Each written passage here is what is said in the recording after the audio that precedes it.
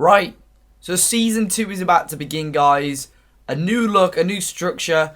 Hopefully something that you guys enjoy. Do leave me feedback in the comment section down below after watching the episode and let me know what you think of the whole thing. Haven't quite got the whole green screen thing to a T just yet.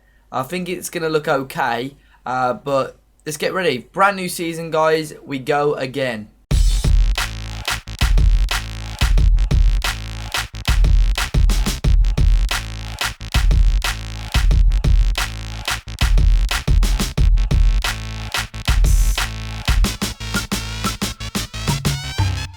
So guys, welcome back now to episode 9 of the Rotherham United save. We're now into season 2, but obviously we've got a big game today against Charlton Athletic, one of the new boys in our league. But what we're going to be doing is going through a few things, so looking at budgets, what we got, what the expectations are, obviously transfers and things like that. So as you can see, I set the objectives this year to fight bravely against relegation. The finances they were offering were absolutely diabolical, so I didn't want to say that, yeah, I'm definitely going to keep us up, because, to be honest, I'm not happy with some of the transfers we've made. Look at the windows still open, so I've still got time to kind of scour through and stuff like that as well. FA Cup, they want us to reach the 4th round, and EFL Cup 2nd round, which is fairly decent. Now, moving on to the transfers, not many in and out. I am going to loan out Anthony Ford. But hopefully, some of you guys gave me some pointers in the last episode in the comment section. Still yet to have a quick look at those. I've just read those comments.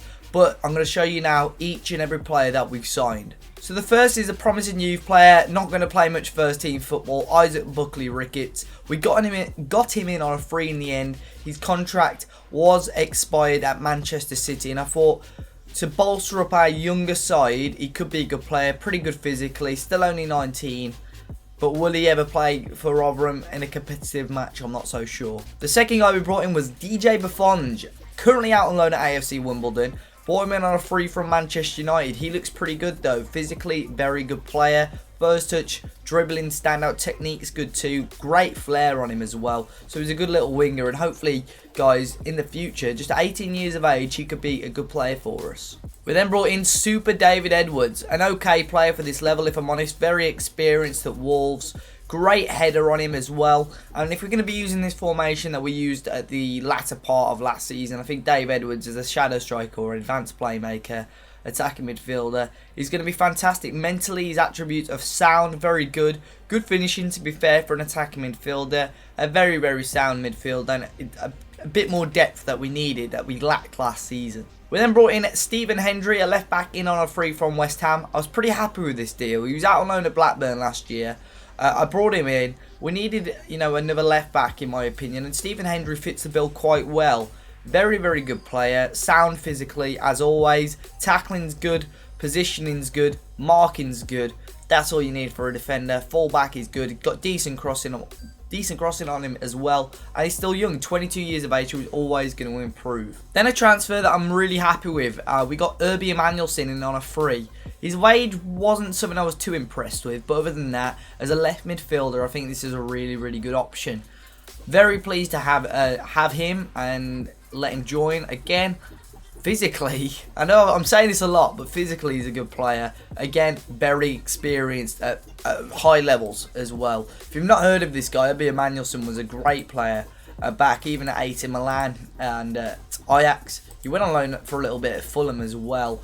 He's played at Roma, he's played at Atalanta, Hellas Verona, and then he went out to Sheffield Wednesday, which I thought it was a great signing for them, even in real life. So not too sure what we'd come to expect off him at the moment, but as a winger, he looks pretty good. There's a couple of things maybe he could work on, but again, for the depth option, if we wanted to improve, that left midfield option has definitely been improved there with that signing. We're then arguably one of our better signings, if I'm honest, Victor Anichebe on our free. Now, we did need an out-and-out striker. Sometimes we struggled to grab a goal, and I think Victor Anichebe is a really good signing to get. However, he did get injured for a couple of months as soon as he started walking into training, and that is my big worry about him. But overall, I'm quite happy with him. He should be back in the next few weeks or so, 5 to 6 weeks.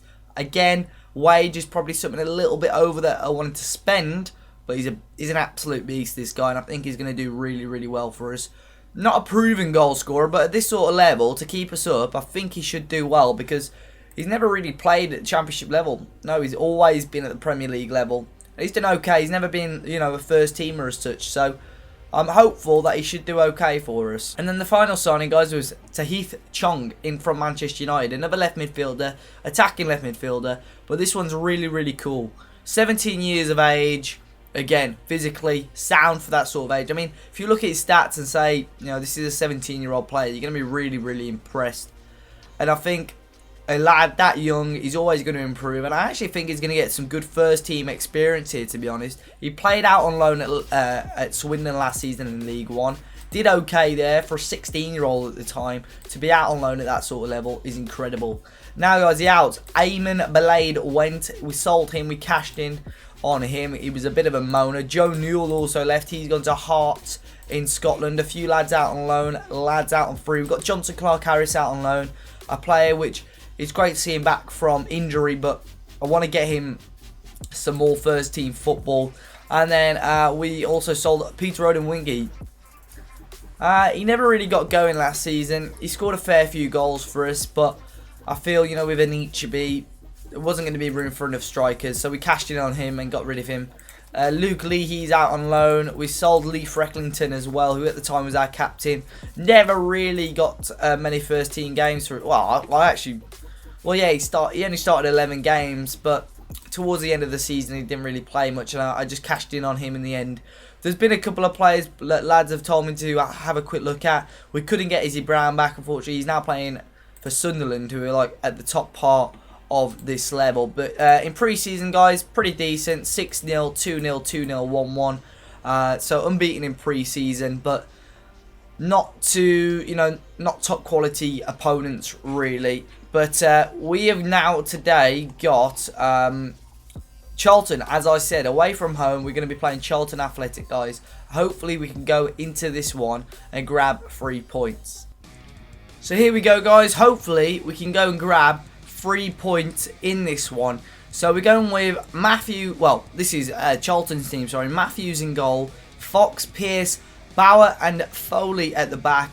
Lookman, Lapsley? Sorry, Kashi and Novak in midfield, and Watt and McGuinness up front. So we're straight 4-4-2 for Charlton Athletic.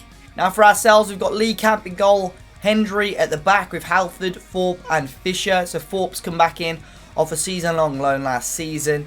We've then got Emmanuelson on the left, Poyet and Smallwood, who's also come back from a loan. John Taylor on the right, Kuki at attack midfield in behind Marcada.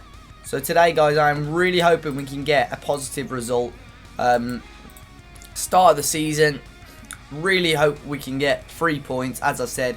And Charlton are a team, they're not going to. They've come up with some momentum, but we ended the season quite strongly. So I'm really hoping that we can go and grab 3 points in this first game of the season. And this team isn't too different to last season's team. It's not like there's major changes, especially going forward. We've still got Kuki and Marcada. So here's John Taylor, who picks up the ball after Charlton had a little chance to attack there. Smallwood into Poyet. That's a big team searching for him, and looking at maybe £8 million bids, which at the time would have been very, very hard to reject. But with the transfer revenue we've got, we wouldn't have got a lot of that money, which is a little bit annoying. And the club is really, really strict on finances. So great ball into Emmanuelson, who almost grabbed a goal on his debut. A hit just the outside of the post, I think, and it clipped the side netting as well. But a promising start from us here. Here's Lookman. Ball in from Charlton, straight forward. Wow, he's offside. I don't know how you could be offside off a corner, to be fair. But Josh McGuinness, did it take a knock? I'm not sure if he knocked it on. I might be being a bit stupid there, but we got off quite lucky there. There's another chance though this time. Headed away and as far as Fox. Back to Lookman. Ball in. Oh, and it's very, very close for Charlton to take the lead there. Here's Foley. Quick throw in. Long ball up. Marcada almost got there. Emmanuelson, his pass went loose. McGuinness knocked on. What? Can we get it away? Now Poyet. I always say his name differently though. Poyet. Never too 100% sure. But here's Greg Halford. Kuki brings it down. Hopefully having a big season from Kuki because, he's still obviously very, very young. But had almost a full season with us, and he's always going to get better. Great ball into Marqueda, and we will punish teams if they don't take their chances, and hopefully we do that throughout the season. It's Federico Marqueda who started this game today and has given us the lead.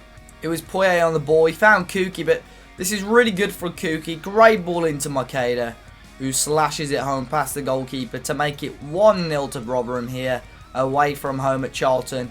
Very, very promising start there, and very impressed with that. So we're going to make some changes. It's been quite a boring second half. We're currently in the 70th minute. We're going to bring Kuki off, bring on Dave Edwards to get a run out there, guys. Poyet is also going to come off. We'll bring on Samba Diakite, and then we're going to bring off Irby Emanuelson, and I want to bring on Tahiv Chong. But, however, what shall I do? I may bring him on up top, actually. Let's bring him on up top. Let's see what he can do, the young lad. As a poacher, I'm going to train him throughout the season, though, to play as a left midfielder, because I had a quick look, and we're quite short on that position. But we're going to bring him on up front, the young lad, and see what he could do in these last 10 minutes. Are we going to do anything? It's been a very, very quiet. We kind of just shut Charlton down a little bit. But is there going to be another chance here? Here's Irby Emanuelson, back to Hendry. Into Greg Halford. Hopefully we don't lose this lead. Long ball towards Chong, wasn't great. Into what now for Charlton? This isn't good. Headed away by Hendry. Now Dave Edwards, the substitute. Again, not a good ball towards a young man up top. Not giving him a lot to work with. Fox with a good ball in. Nicky Ajosi. Oh, it's a penalty. Samba Diakite, another clumsy challenge. And it's a penalty for Charlton Athletic, which isn't good for us at all. That is so annoying that we've done that. It's going to be Novak, and it's going to be 1-1. Samba Diakite, the substitute, this stupid challenge in the box. Ah, lads, what are we going to do here? But it's a great penalty from Novak, to be fair, right in the corner. Keeper went the right way, but too much for League Camp to get to. So I think that's going to be that. Really disappointing not to get all 3 points in this game. And hopefully we don't do that too often this season. Diakite was poor last season with that sort of stuff. So I don't really want to be keeping him if he's going to carry on doing that sort of thing. He got sent off a few times last season. But nonetheless, I'm going to say we were unlucky because we probably should have done a little bit better. We had a lot more shots in the end, a lot more of the ball in the end. And unfortunately, as long as we didn't lose, but it's a bit annoying that we didn't grab all 3 points. So guys, players we almost got, and there was Mate Delac, I think that is. He was a goalkeeper from Chelsea who he used to be an absolute beast on old FMs. If you guys played the old football managers like 07, 08, 09, he was an absolute tank. He's still pretty young, and we actually almost signed him, but I think finances let us down on that deal. There are some decent free agents here that we could have a look at. Some guys from Southampton and so on as well, but I'll have to have a good look through all of those and see what we can do and see who we can sign out of these players. I mean, there's some players still at clubs and stuff like that, but there's some good players here, and we'll have to have a good search through, see who we can get on frees, and let you know in the next episode if we sign any more players. So that result, very early days, leaves us in 16th place of the season at the end of this episode. We've got a few more games. We've got the EFL Cup against Accrington Stanley. Unless we get some good opponents, if we win that game against Accrington Stanley, we will come back for the game against, let's say, the game against Middlesbrough at the end of September. Middlesbrough, the team that have come down from the Premier League. So we'll come back at the end of September for that game against Middlesbrough. Hope you did enjoy this, guys. Do let me know what you think of the whole new structure. Do you think we should just go back to the old webcam with the border? Or do you think this green screen worked well? Just let me know. And hopefully I didn't bore you too much with this episode with a lot of information to digest and so on. And until next time, guys, enjoy the rest of your day. Smash that like button. Subscribe to the channel if you haven't already. And I'll see you all very soon.